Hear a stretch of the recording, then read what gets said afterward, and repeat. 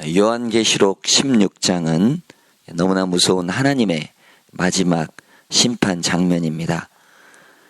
성전에서 큰 음성이 들렸는데 7 천사에게 하나님의 진노가 담긴 7 대접을 땅에 쏟으라 말씀하셨죠. 첫 번째 천사가 그 대접을 땅에 쏟습니다.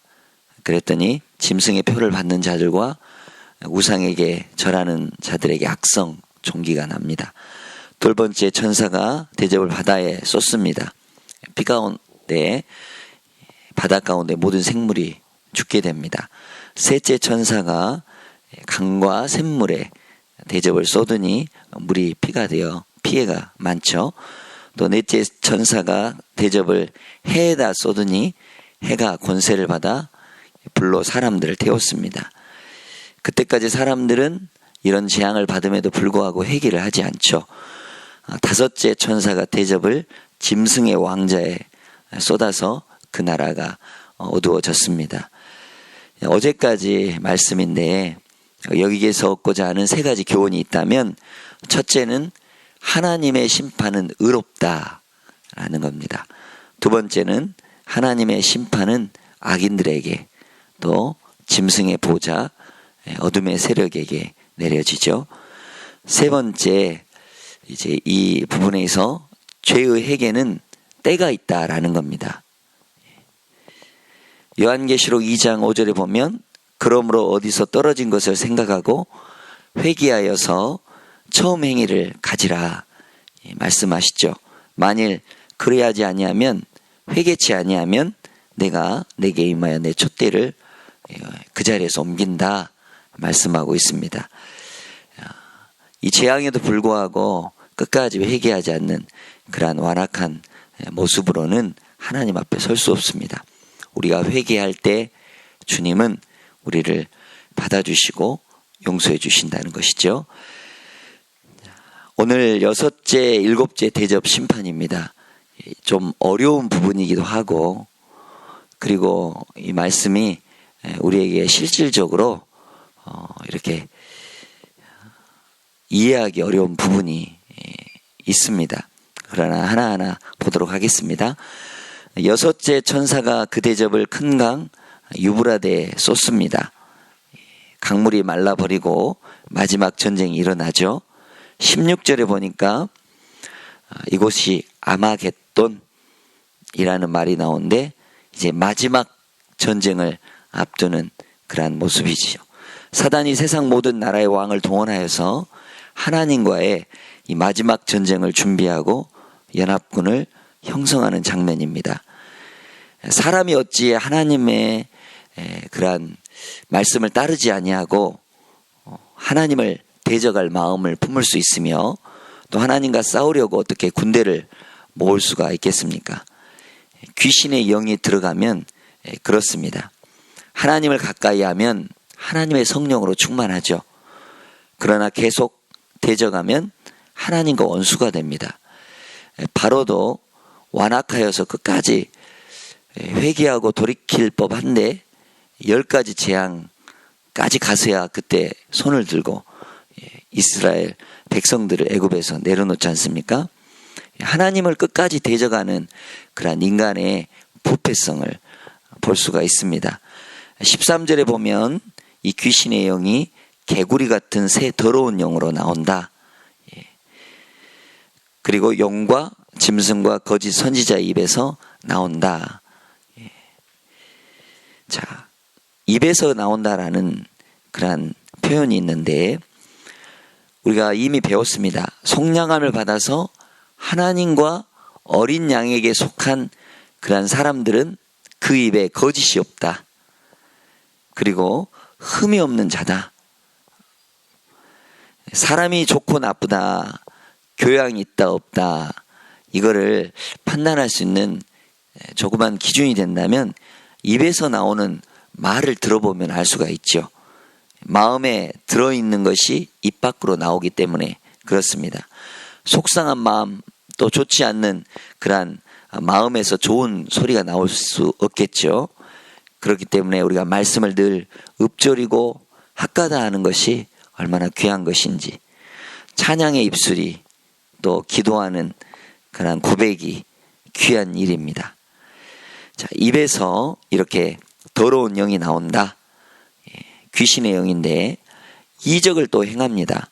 사람들이 원한 건데 그 이적을 또한 이 더러운 새 영을 받은 이 악한 무리에서 보여주고 있죠. 이것은 이상한 일이 아닙니다. 사단도 자기를 광명한 천사로 가장할 수가 있다는 거죠. 광명한 천사로 가장해서 꿈을 이루기도 하고 또 병고침도 받고 부자도 되고 또 세상에서 성공할 수 있게끔, 사단이 공생애를 시작하는 예수님을 앞두고 어떻습니까? 유혹을 하잖아요. 먹을 것으로 또 그리고 이 세상 지위와 명예와 돈과 이러한 재물 또 권력 이런 걸 다 주는 그런 걸로 성공할 수 있게끔 그렇게 유혹을 하죠. 그러나 하나님만 오직 섬기고 하나님만 따르는 것이 나의 본분이다. 그러면서 말씀으로 이겨나가죠. 이런 일이 가깝게는 주변에도 있지만 솔직히 내 마음에 있는 거 아니겠습니까? 이 내 마음이 어떻게 보면 영적인 싸움터라고 볼 수가 있겠습니다. 하나님의 법과 죄의 법이 싸운다. 그러죠. 그렇기 때문에 오호라 나는 곤고한 자다. 죄와 사망의 법이 나를 이렇게 넘어뜨리려고 하는데 성령으로 아니하고는 생명의 법으로는 그것을 이길 수밖에 없는 것이죠. 다른 것으로 이길 수가 없다라는 겁니다. 성경은 사단이 내 안에 들어와 지배하려고 하고 우는 사자와 같이 돌아다닌다 말하고 있습니다. 사단은 베드로에게도 가룟 유다에게도 또 아나니아와 삽비라 부부에게도 역사했습니다. 또한 경건하기로 소문난 바리새인들에게도 사실 그들은 독사의 자식들이었죠. 말씀을 가장 가까이 하고 또 말씀을 가르쳐야 할 그런 사람들이 이 말씀에는 이렇게 따라가지 아니하고 외식하는, 어떻게 보면 뭐 아마겟돈 큰 전쟁도 이렇게 우리가 눈여겨보아야 되겠지만 내 안에 영적인 싸움터가 있다라는 겁니다. 겉으로 경건한 것에 만족해서는 안 되겠죠. 중요한 것은 내 마음인 겁니다. 주님은 이렇게 말을 합니다. 너희에게 하나님을 사랑하는 마음이 없는 것을 나도 알고 있다. 바리새인들에게, 서기관들에게 얘기를 하고 있죠. 내 마음에 성령의 민감함, 또 사단의 도구로 쓰임받지 않고 십자가 군병되어서 우리 자녀들을 지켜야 할 그 사명, 세상은 더 악해지죠. 더 좋아지지 않습니다. 세상은 더 악해지고 악랄해지고 더 지독해질 겁니다. 이럴 때 우리 자녀들을 어떻게 지키겠습니까? 하나님 말씀으로 또 성령의 힘으로 성령의 민감함으로 깨어 있어야 그것으로 지켜나갈 수 있지 않겠습니까? 성령의 충만함을 입어야 우리가 승리할 수 있다라는 겁니다. 주님은 요한에게 이와 같은 이 마지막 심판을 왜 보여주시는 걸까? 마지막 심판자리에 처하지 않기 위해서 성도들은 어떻게 살아야 하는가를 주의를 주고 있는 것입니다. 본문이 가장 중요하게 받을 수 있는 교훈이 있다면 종말을 준비하는 최선의 준비가 바로 거룩한 삶이다 라는 겁니다. 우리 15절 말씀을 읽었습니다. 보라 내가 도둑같이 오리니, 주님이 예측하지 못하는 그 순간에 재림하시고 심판하신다 라는 겁니다. 데살로니가전서 5장 2절에서도 주의 날이 밤에 도둑같이 이를 줄을 너희 자신에게 자세히 알기를 원한다. 주님은 이에 대비해서 성도가 해야 할 일을 이야기하고 있습니다. 깨어 있어서 자기 옷을 입고 벌거벗은 몸으로 다니지 말아야 된다라고 우리 15절 말씀 우리가 보았습니다. 깨어 있어서라는 말은 주님이 오늘 재림하실까, 내일 재림하실까 하면서 항상 하늘만 바라보라는 그런 의미가 아닙니다. 그렇게 살 수가 없죠. 그러면 어떻게 하는 것이 정말 깨어있는 삶인가? 그것은 벌거벗은 몸으로 돌아다니지 않기 위해서 옷을 갖춰 입는 것이 깨어있는 것입니다. 한편 이 말씀은 대부분의 사람들이 벌거벗은 채 돌아다니고 있다라는 겁니다.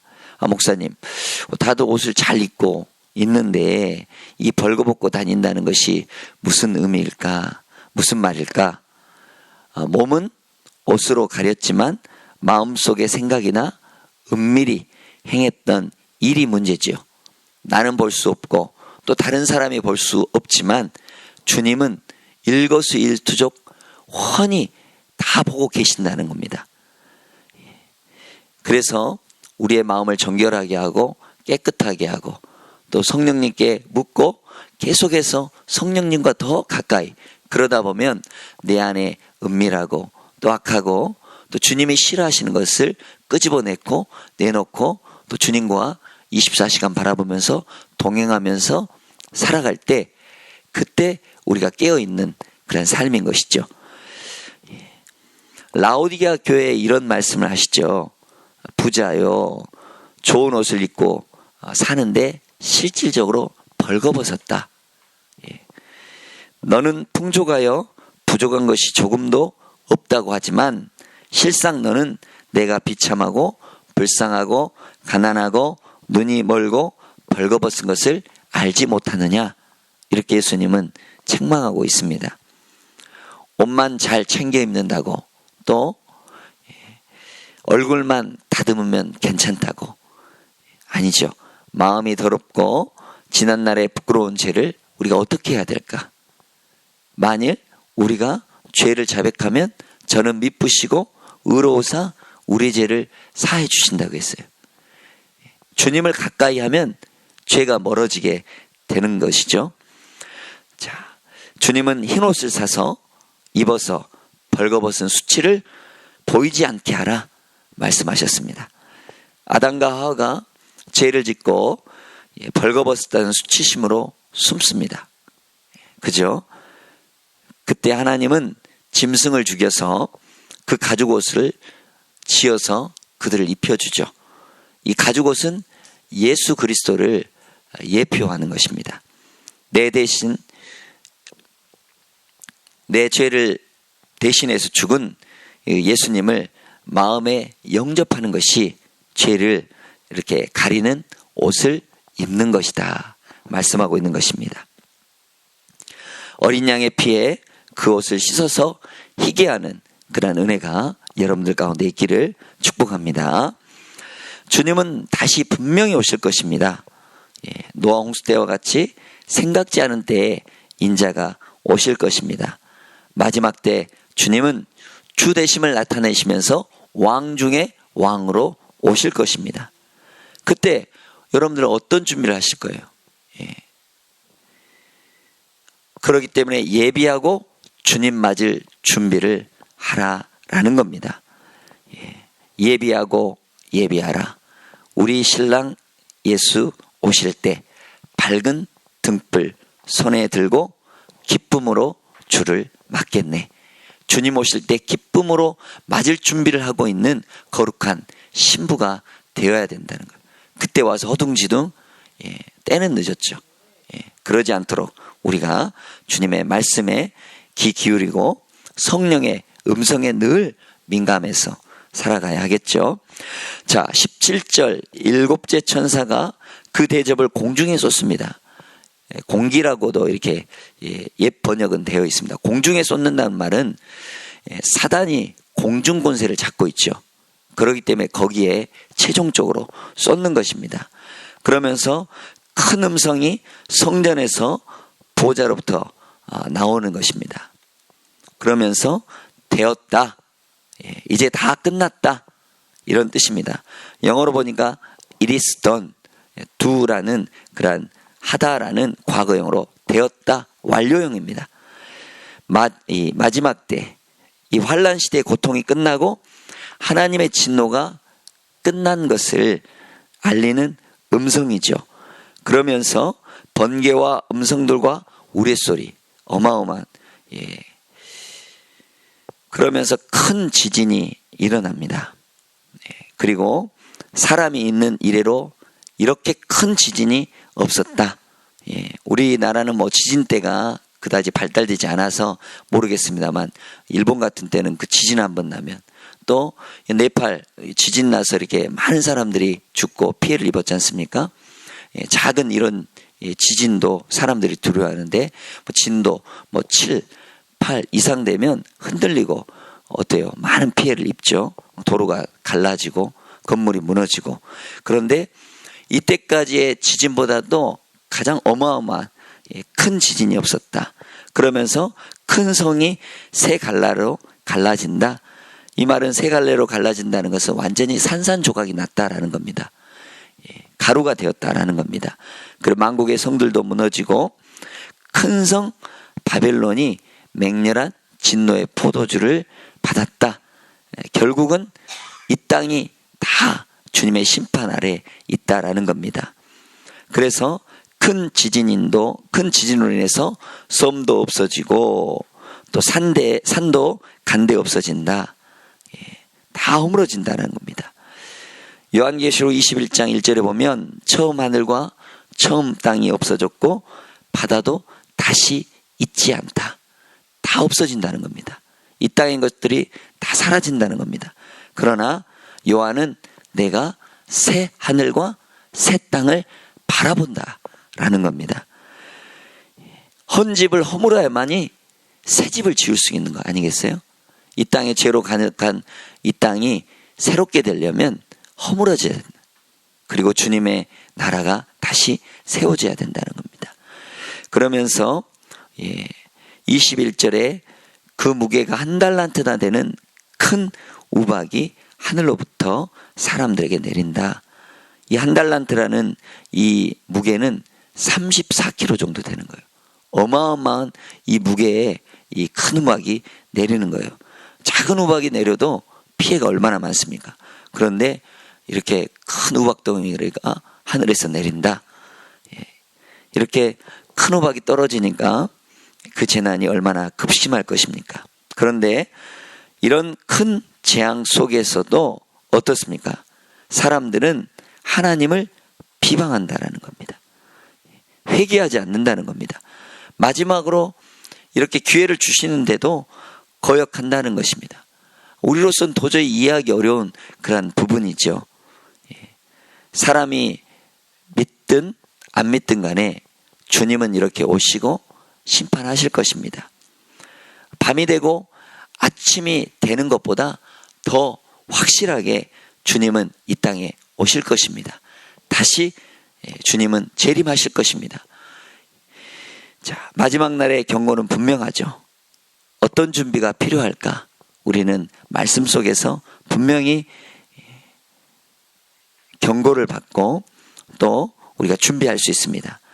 베드로후서 2장 7절 이하의 말씀을 읽어드리려고 오늘 말씀을 마치려고 합니다.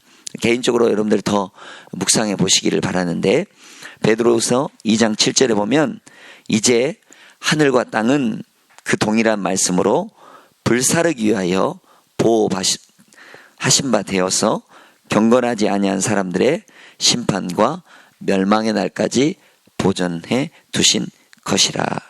주의 약속은 어떤 이들이 더디다고 생각하는 것 같이 더딘 것이 아니다. 오직 주께서는 너희를 대하여 오래 참으사. 더딘 것이 아니라 주님은 오래 참았다는 겁니다. 회개할 때까지, 많은 사람들이 주께 돌아오기까지.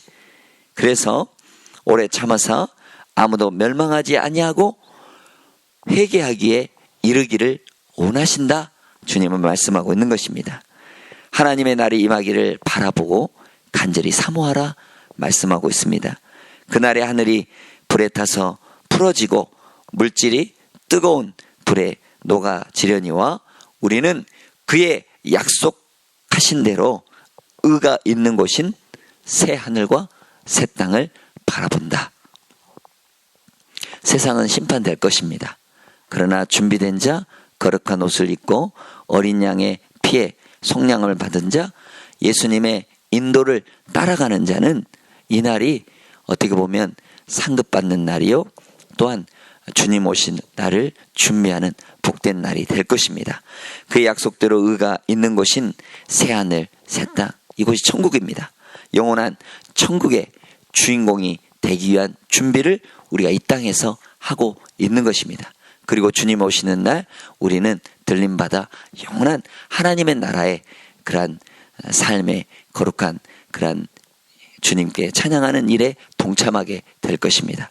오늘 말씀을 여러분들 보면서 심판은 두려운 것이 아니라 준비하면 하나님께서 우리를 가장 귀하고 또한 복된 상급으로 또한 주님의 거룩한 사람들로 백성들로 세우시기 위한 하나님의 귀한 놀라운 계획이 있다라는 사실을 기억하면서 말씀의 제목 삼고 기도하시는 여러분 되시기를 바랍니다. 기도하겠습니다.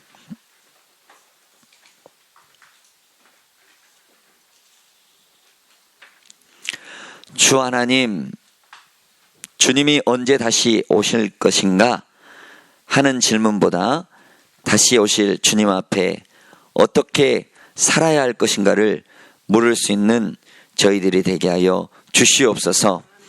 세상이 어떻게 끝나든 우리가 주님 앞에 서는 날 부끄러움 없이 설 수 있기를 원합니다. 깨어서 자기 옷을 지키며 벌거벗고 다니지 아니하는 자가 복이 있다고 하셨습니다.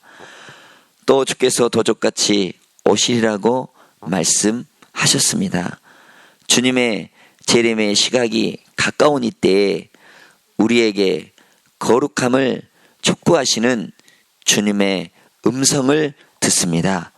주 하나님, 우리의 길을 즐겁게 하는 자극적이고 솔깃한 이야기보다 우리의 거룩함을 준엄하게 촉구하시는 주님의 경고의 음성 앞에 더 심각하게 응답할 줄 아는 우리가 될 수 있도록 은혜를 더하여 주시옵소서.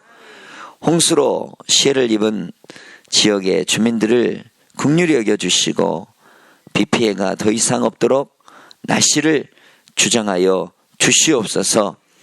복구를 위해 구슴땀 흘리는 수고하는 많은 분들에게 힘과 능력을 더해 주시옵고 신속히 회복되어 삶의 터전이 정상화되도록 하나님 도와 주시옵소서.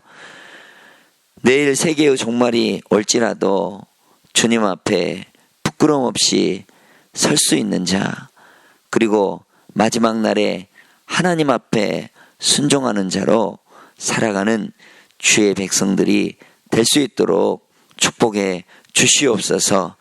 이 시간 새벽 예물을 축복하시고 정성으로 드리는 손길을 기뻐 받아 주시옵소서. 또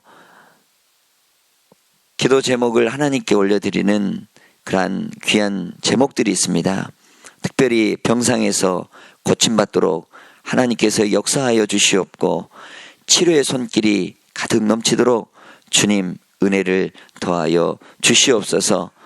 기도의 응답이 속히 이루어질 수 있도록 도와주시옵고 우리 광산교회 미랄드레교회 성령으로 충만토록 추수하는 또한 전도자의 사명 잘 감당하도록 은혜 더하여 주시옵소서.